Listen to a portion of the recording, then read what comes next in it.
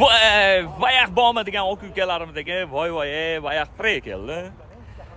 Buni narxini 26 ming qilib beramiz deyishdi akalar. Shuni qidirib yurgan aka ukalarga jo'natib qo'yinglar.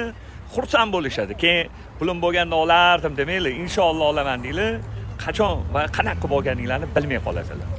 2022-yil probegi 60 ming, kraska top toza qirilgan, chizilgan, ko'ngilli xira qiladigan joylar yo'q.